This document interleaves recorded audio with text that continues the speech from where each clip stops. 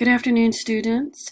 I'm coming to you today just with some more information about the tasks, the steps in the writing process for this week. And I hope you had a good weekend. I hope it was a restful weekend and you're ready to jump right in this week. So I want to give you some additional information. A lot of you have done a really good job submitting your submitting assignments. I have provided feedback on much of what was submitted over this weekend. I am still, we got lots of stuff here. So I thank you for all of those great submissions. I will be done providing my feedback tomorrow. So please do go back and check for my comments and feedback in the comment section of the assignment. So let's take a look, starting with the thesis statement, which was due, I think, last Friday, but some of you are still working on it, which is just fine. I don't want people to stress. A lot of people have already submitted, but I did want to come back and just clarify and provide some writing tips, really.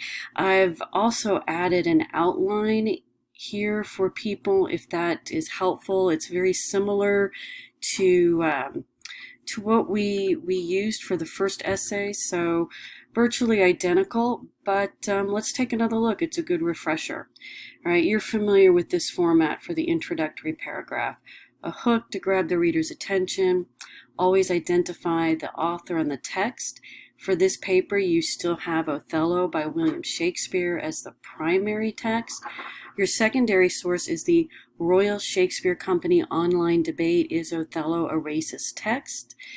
Background information, just a couple sentences, context, background information for the reader related to your topic.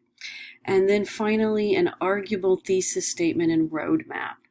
And remember that when you are developing your thesis statement, you should first and foremost make sure that you answer the writing prompt. And if you will recall, for the position paper, your writing prompt is Othello a racist text? And you need to take a clear position and make a clear argument in response to that writing prompt. Additionally, your thesis should be revelatory and arguable. It should be significant enough and have some depth and a little bit of nuance to it, something that you can argue and unpack over several pages. So for example, you want to first answer the prompt, what is your position, is Othello a racist text? And then you want to explain why. Why do you think it is or is not racist? Or perhaps you have a more nuanced argument or position. Perhaps you think that it is racist in the first half of the play or the second half of the play, etc. So explain the why and the significance, okay, the importance of your position. So that's a revelatory thesis statement. That's an arguable thesis statement. It does more than just answer the prompt or state your position.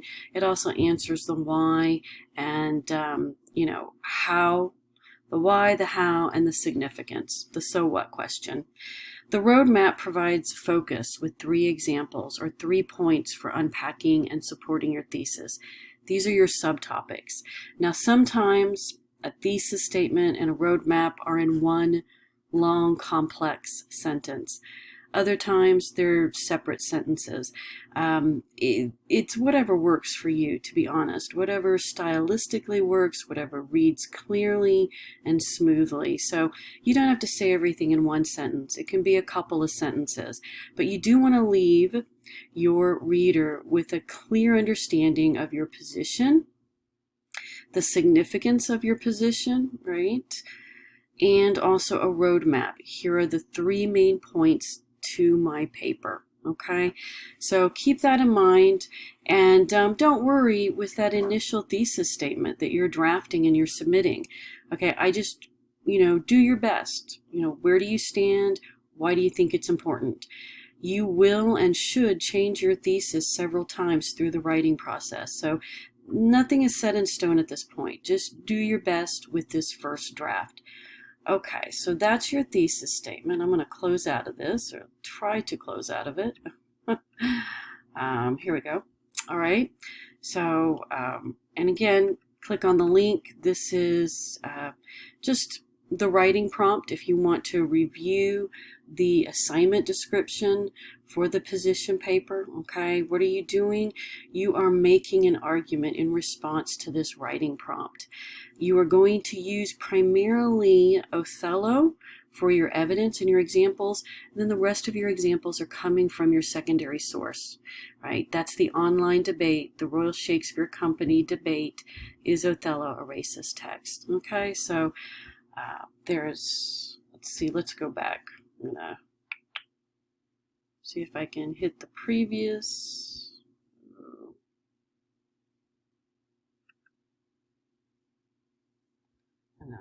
Having a technical problem here. Hold on. Going back to modules.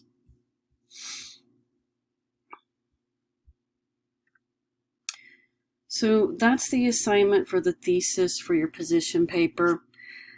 It's worth 5 points, text box entry. Just do your best to get that submitted as soon as possible so I can give you some feedback. Okay, the next task is the outline for the position paper. And once again, I have attached the outline here for you. And so I'm going to pull that up. And here's the thing, though. I don't want anybody to think that this is more complicated than it is. Once you've got your working thesis statement and your 3 points, you're definitely ready to, create a draft of your outline for your position paper. Because primarily what I'm looking at, again, are your 3 subtopics, right? Just like in the first essay, your outline should give me a brief description of each subtopic, each point, and if you have it, give me a couple of examples, okay? A couple of examples, something from our primary text, Othello, and an example from the secondary source, the online debate. So your examples, remember, are primarily coming from Othello. Go back to your notes that you created in the first half of the semester and, look through your notes, look through the examples you've already taken the time to record, and pull examples from Othello, right? You may have annotated in your text or written notes or on pieces of paper, or even through those worksheets, those handouts that I gave you the first half of the semester. Go through and take a look at the examples that you've already recorded and use those to support your subtopics. And then you want to have at least one example from the online debate for each subtopic as well. But really what I want you to understand is that once you submit your thesis, just think about the 3 points. Some of you have submitted a thesis with your roadmap, so go ahead, do your best on the outline, give me a description of each point, each subtopic, add the examples if you have it, put it all in outline format, and submit your outline, okay? And then on Wednesday, right, once you've submitted your outline, and again, the due date is the 13th, but I've left the link open through the end of the week. The sooner you submit your outline, the sooner I can look over it and give you feedback, and you go to the next step in the writing process. And the next step is an introductory paragraph. That's not due until Wednesday, until the 15th. The link is open until the 19th. So you'll notice that anything that's due this week, I've tried to stagger steps. The outline is due on Monday. The introductory paragraph is due on Wednesday. But all the links are open throughout the week. Instruction is asynchronous, okay? So I've set it up so that it's an ideal pace and it keeps you moving through the steps, and I'm responding and providing feedback. But go online and submit the work when you can, okay? Again, all of this is going to look very familiar, right? Here's the outline and your introductory paragraph, all the same elements that you did for the first essay: a hook, identify authors and text, background information, arguable thesis, and roadmap. So hopefully what you're noticing is that once you submit your thesis and your roadmap, really you know, the outline and the introductory paragraph just follow organically and naturally as next steps. So go ahead and get that thesis statement if you haven't already submitted it. Get it submitted.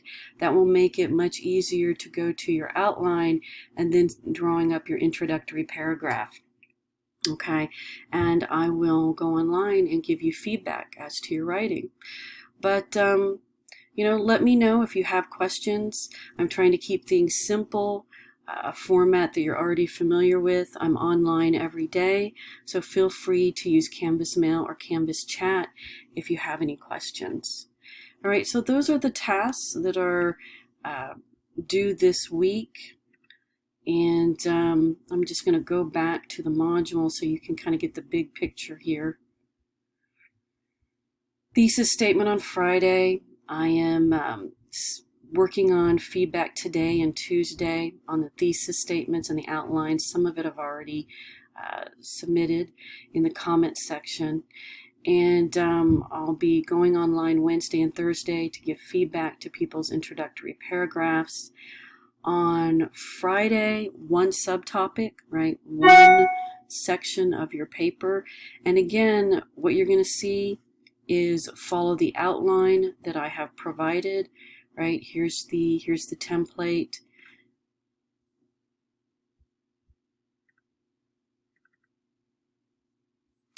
And the same format, topic sentence that provides clear focus. It's assertive.